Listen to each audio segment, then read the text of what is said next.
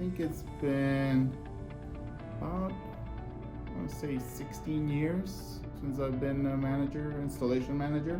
I became an installer about 28 years ago.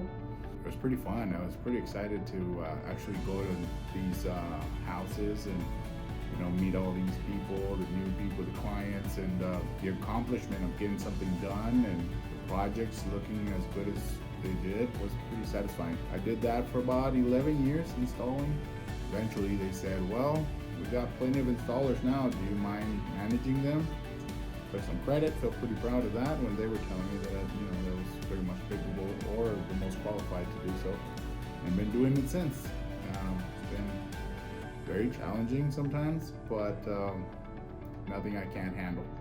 28 years on the field, it's still a good ride, and the challenges are good. Support is all over the place. I mean, it's been pretty good to stick around and see that company and the position is giving me plenty to live a good lifestyle.